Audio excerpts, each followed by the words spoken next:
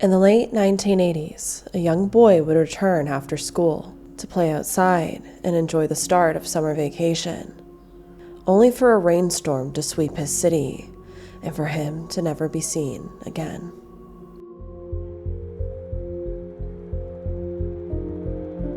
Still no answers. 9 years ago today, What happened to these two young children? remains a mystery. Urgent story unfolding right now. Who is missing? An unsolved murder.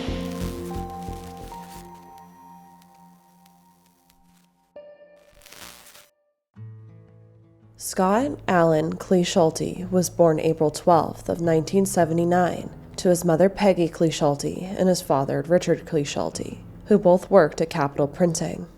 Scott also had 4 siblings named Tim, Stacy, Richie, and Tammy. Scott was closest with his brother Richie since they were close in age, and he was remembered to be a little mama's boy who loved snuggling on Peggy's lap. He was a happy little boy who loved to ride his bike along a secluded area known to the locals as the Trails.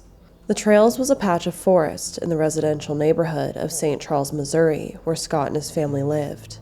St. Charles is a city along the Missouri River, just outside of St. Louis, along the Illinois border.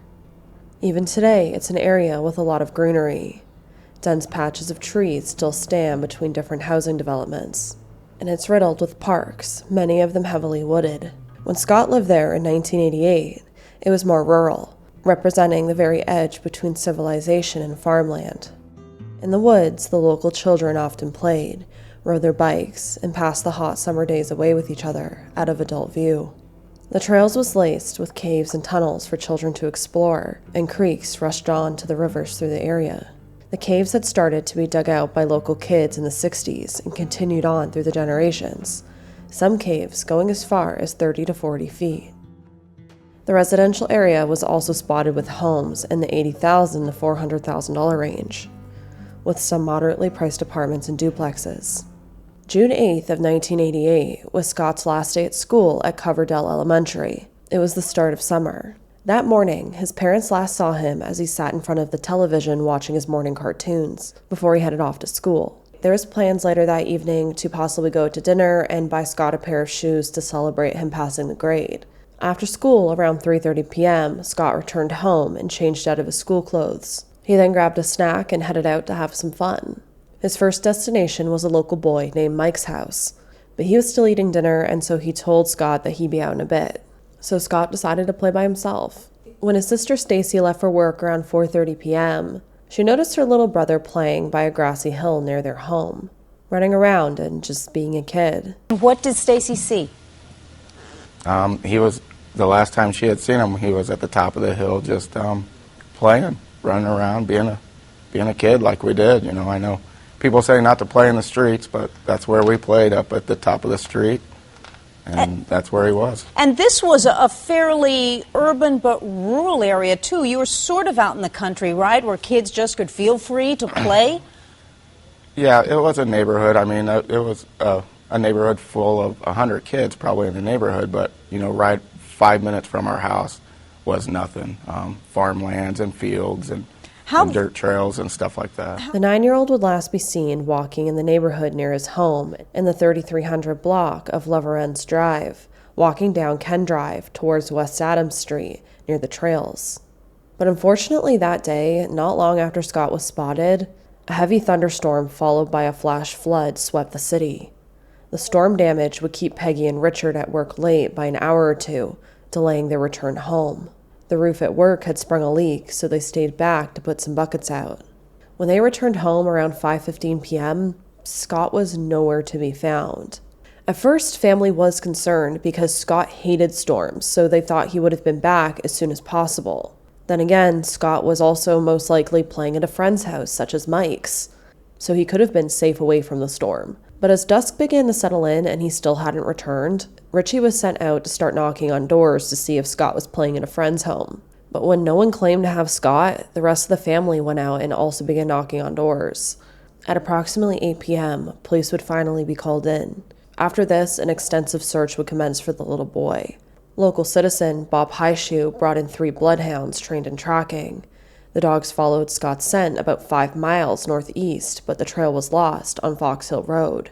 Due to Scott frequently running around the area, it was undetermined if his scent was tracked that day because that was the last spot he was, or if it was just a scent from another time of him running around the neighborhood. Multiple caves, tunnels, and bodies of water were also searched, along with the woods where Scott was known to play.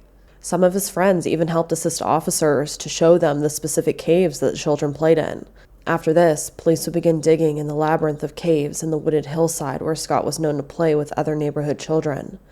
These caves have been hand dug over the years and were not reinforced, so authorities were worried that Scott had sought shelter in one of these caves during the storm and it had collapsed upon him. Not only bloodhounds, but sophisticated ultrasound equipment, helicopters, and volunteers began scouring the creeks and the sewers. The FBI also lended a small single-engine plane to help. Those same sewers and drain ditches were searched later by small groups of St. Charles policemen who continued to look for answers. Other officers went door to door in the neighborhoods surrounding the trails. About 25 officers plus several students at the St. Charles County Police Academy searched an area of about 20 acres. However, nothing was ever found. Richie would even say in later interviews that it was unlikely that Scott even made it to the trails because he had actually been in the trails just before the storm. There was only one way in and one way out that the children took. And he claims that him and his brother never crossed paths, so he doesn't believe Scott made it to the trails. Locals who knew Scott also started to bring up that it was very much so unlike Scott to go into the trails alone. He always went in there with friends. And he always took his bike with him when he went in there because it was his favorite thing to do. But his bike sat at home untouched. So it is much more likely that something happened to him then within the neighborhood. 40 volunteers would help search in the following days to no avail. When it came to the creek nearby that would have been dangerous due to the flash flood of the storm, family insisted that Scott would not have gone near the creek because he wasn't a fan of water. The area where the creek wasn't even near where the kids liked to play anyways, as you can see from the map. But police would search it nonetheless, and again found no clues. And Scott's disappearance shook the community. Parents were now scared to allow their children to play very far away from home. And the children themselves were also weary. All of the stops had been pulled out, all of the special equipment and the manpower, yet Scott was nowhere to be found in the neighborhood or the trails, which on one hand meant to a lot of people that he most likely didn't die in the storm, but that also may mean then that he was abducted. And if he was abducted, there seemed to be no sightings, there was no witnesses, and they had days on the police. That very same community opened up their arms to Richard and Peggy and the children in their time of need.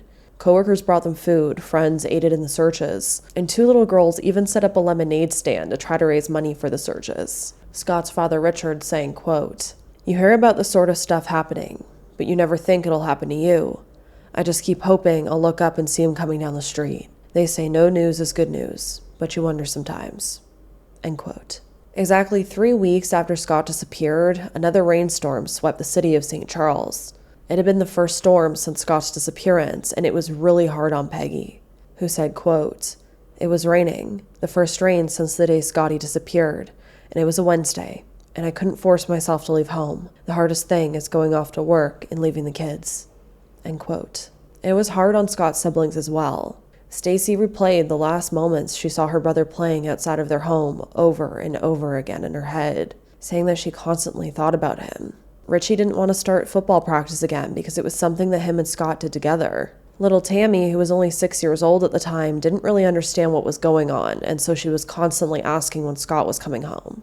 July 4th, a woman who resided in the southern part of St. Charles County claimed to have heard the voice of a 9-year-old calling for help. These tips, along with psychic tips, were all looked into in hopes that something would crack the case and bring little Scotty home. Scott's football coach, Dallas Ferber, would also aid in searching the creeks and ponds in the neighborhood, as well as miles of storm drains and sewer pipes. He also reassured the family that Scott's position was going to stay open until he returned home to play. Richard would also start helping Dallas coach in a way to feel closer to Scott, and so he could also spend more time with Richie. The town would go silent for a year, until around the first anniversary of Scott's disappearance in 1989. A skull would be pulled from a pond at the Sun Valley Lake Apartments, near where Scott lived. A fisherman had pulled the skull out and called authorities, who took it for testing. At this point, everyone thought that the storm must have washed Scott into a pond where he drowned. However, tests would conclude that the skull did not belong to 9-year-old Scott Kleeschulte. So the years began to pass. And on August 14th of 1990, another tragedy would strike the community. Police officers would respond to a call in the area of 200 Briarcliff Drive for a report of 2 missing children. It was reported that Todd T.J. Pig Jr. and his friend Benjamin Hurt went missing after riding their bicycles in a wooded area. And that wooded area turned out to be the trails. The search for the boys focused heavily on the wooded area along the 3500 block of Elm Street, including ground and air searches, on-duty and off-duty police officers, the fire department, the St. Louis County Police Department helicopter, and numerous civilian volunteers. During the search, both boys' bicycles were located, and at approximately 10:50 p.m., both of the boys' bodies were located in the woods. They were both said to be nude and had both been strangled with the shoelaces from their shoes. Now, in the end, 2 other boys were actually charged with TJ and Benjamin's murders. Benjamin's 13-year-old brother was charged with 2 counts of murder in the second degree and 2 counts of sodomy. The brother's 10-year-old friend was also charged with a felony charge of hindering prosecution. Due to both boys being minors at the time, they were not tried as adults and their names were never released. And after multiple boys began disappearing or found murdered inside of the trails, parents stopped allowing their children to play in the wooded area and called for it to be fenced off. In the following years, the majority of the trail's wooded area was bulldozed at the relief of local families and made way for a highway project. But this made people begin to wonder, could little Scotty have met a similar fate, but his body just wasn't discovered? While some believe that Scott did wash away in the flood, authorities seem to believe that he most likely was kidnapped or murdered. Peggy would tell the St. Louis Post-Dispatch, quote, "My hope is that we'll find something out sometime. It's the hardest part, not knowing anything," end quote. I always blame myself for not being home right from work. When she got home, her 9-year-old son Scotty was missing. And we went out, looking, calling his friend. Investigators and volunteers searched for days. Some thought maybe he drowned in a flash flood. Authorities believe he was abducted. That morning before school was the last time Peggy saw her son 30 years ago this Friday. He was my most loving one at that age. He would come and sit with me in the chair. My worst time is when, I'm by myself. Almost a decade would pass until an age progression sketch was made by the National Center for Missing and Exploited Children. This photo, released in 1997, depicted how Scott may look around the age of 18 years old. Other sketches were also made throughout the years. One suspect in Scott's case is a man named Michael J. Devlin. On January 12th of 2007, police found 13-year-old Ben Owenby, who had been missing for 4 days. At the time of his discovery, law enforcement officials also found another missing boy, 15-year-old Sean Hornbeck, who had disappeared 4 years prior when he was only 11 years old and was riding his bike to a friend's house in Richwoods, Missouri. The 2 boys were discovered after a tip was sent in. A couple days later, police would notice Michael Devlin's white pickup truck, which matched the description of that same vehicle spotted in Ben Owenby's disappearance. And they actually spotted it while they were serving an unrelated arrest warrant. In the end, Michael Devlin would be sentenced to life in prison with charges of kidnapping, child essay, and the production of CSAM after he produced videos of one of the captive boys. He was also a suspect in the disappearances of 11-year-old Arlen Henderson and 13-year-old Bianca Piper. Let me know if you want me to look into those cases as well, because both of those children have still also never been found. In November of 2011, St. Charles Police gave the case a fresh review. They re-interviewed neighbors and came across some new details. Detectives would then get a search warrant for a home that was near Scott's. They brought out cadaver dogs and drilled holes in the concrete in the garage and other areas of the home, but in the end, they came up empty. In 2013, Chuck Maselli, a 47-year-old former Chicago police officer turned informant, turned prisoner after being sentenced to 20 years in prison on federal fraud charges, would claim his former cellmate was the man that abducted Scott. Authorities would spend 7 weeks investigating the claim. Chuck claimed to not only have written documents, not only detailing the involvement in Scott's disappearance, but 13 to 15 other abductions of children and women between 1987 and 2005 by the same man. However, over a decade later, this information has still not solved the case, and it seems like police don't believe him. As of 2025, the St. Charles Police Department has established a new unit comprising of 7 detectives dedicated to locating missing persons. The effort aims to address the growing number of unsolved cases. From what I read, Scott's parents still live in the home they resided in when Scott disappeared, and they are still hoping for closure in his case. And his parents and siblings and family are only getting older, which means that time is of the essence. So if you're able to share out this video, share out his missing persons flyer, share out his age progression photos, do what you can to help spread the word, please do. All it takes is some of this information getting to those with answers. And if you have any answers, please speak up. Please give this family closure. I'll have the information down below to contact the authorities. And let's take one more good look at little Scott.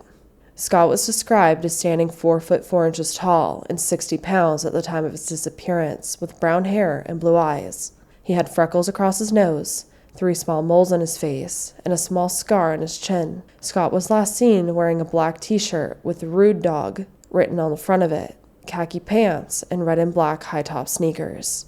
What do you think may have happened to Scott? And do you have any other information on this case that I didn't talk about here today? Let's chat in the comment section.